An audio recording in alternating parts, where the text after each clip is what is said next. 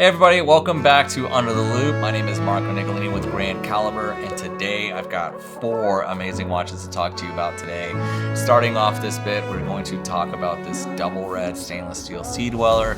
This is a heavy hitting watch. I know you guys have seen it all over the internet, and a lot of collectors take this piece very seriously, as it is a holy grail among subs and Sea Dwellers to have in your possession, and not to mention the price point. Getting into one of these watches is not an easy feat, as it typically will cost between $40,000 to all the way up to $120,000, depending on what Sea Dweller we're talking about. Before we dive too deep into this, let's do a quick wrist check. Today I'm wearing a gold 16758, as discussed in the last Under the Loop episode. Again, this is such a gorgeous watch. It's been a joy to wear. Probably the most comfortable watch I've worn in a while that's in solid gold.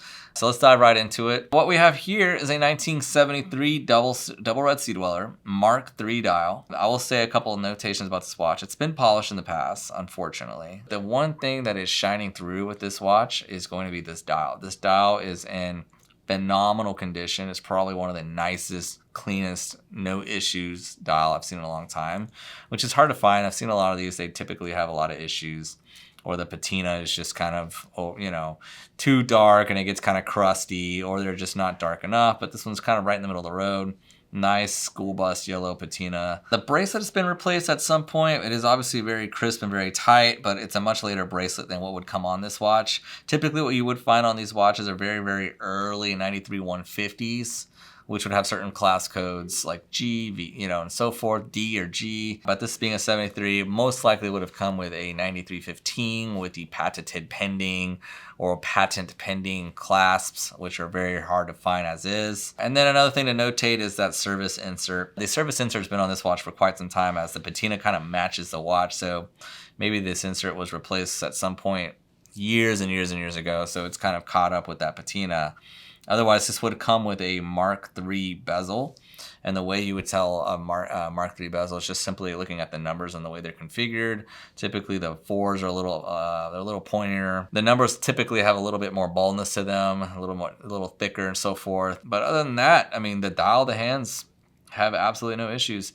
And one thing, let me just say this. So you guys might be wondering, what separates this from a single red Submariner? What the differences really are is the thickness of the case. These have a much higher depth rating than a red letter sub. Red letter sub is rated at 660 feet. This is rated to 2,000 feet. So the difference that allows it to go much deeper is going to be a helium escape valve. So if you look at the side of the case, it's got this little dot right there.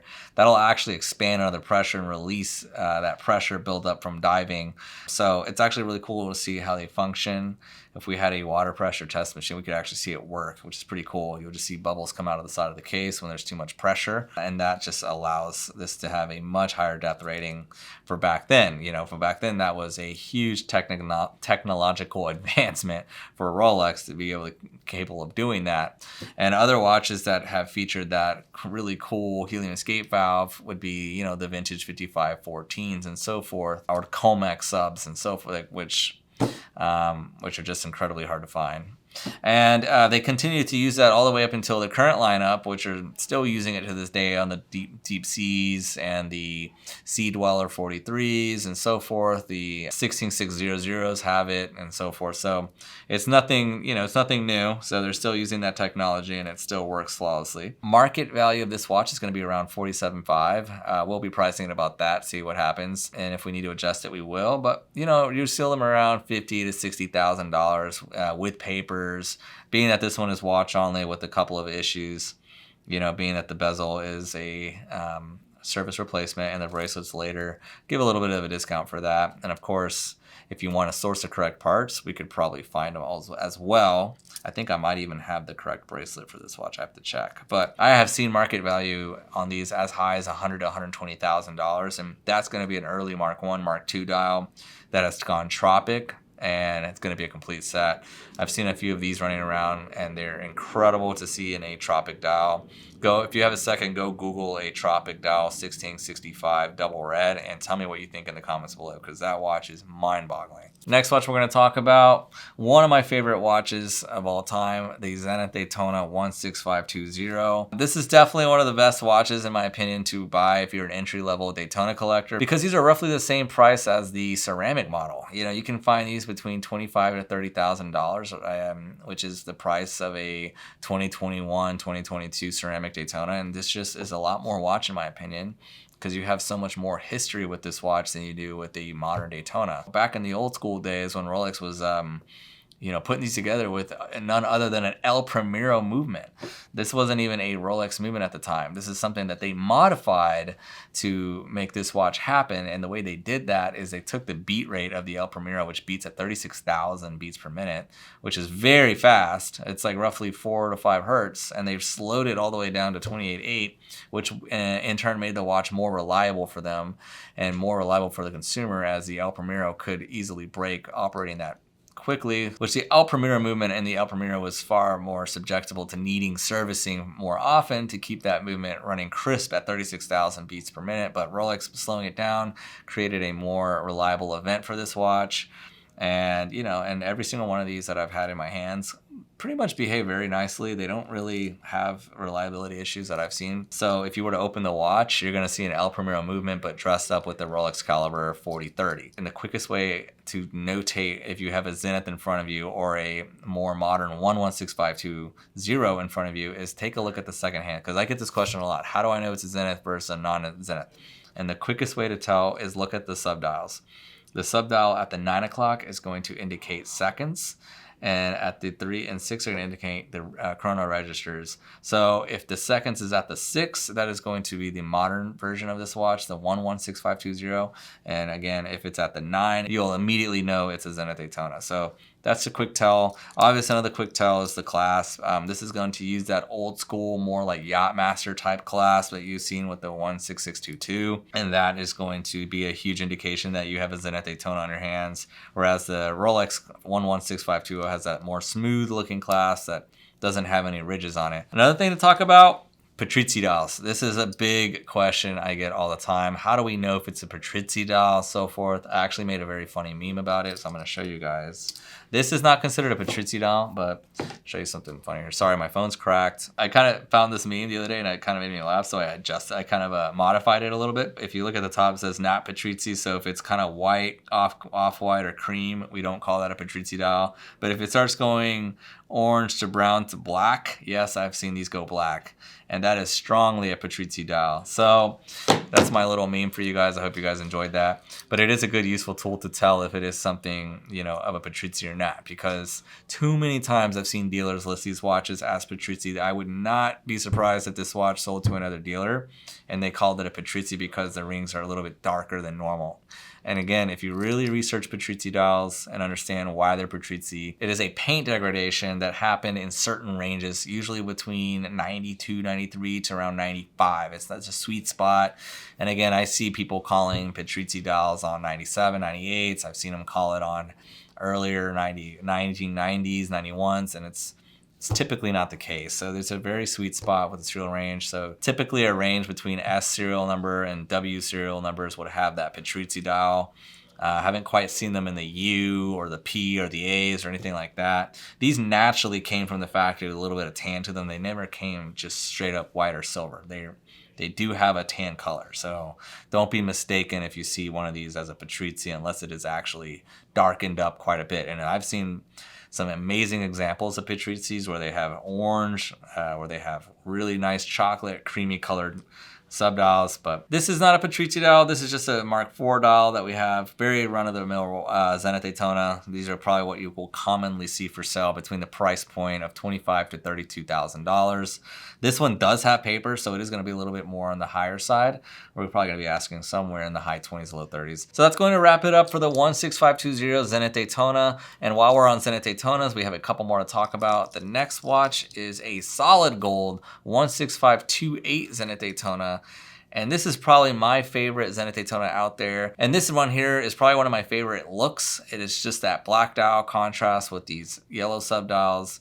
with that solid yellow gold case and bracelet just make this watch really stand out. Absolutely incredible look. And again, this is kind of the exact same specs as the stainless steel model.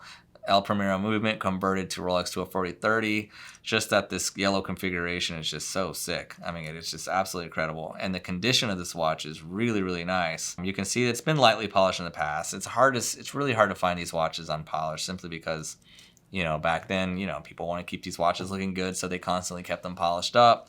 And, you know, of course, if they've gone through Rolex polishes them up. So, but I'll tell you this one's holding on for dear life, as the watch still retains the green sticker that it came with, which is pretty cool. Another positive thing to say about the watch is the crown isn't over polished, which is nice. Let's talk about the dial. So this is a Mark III.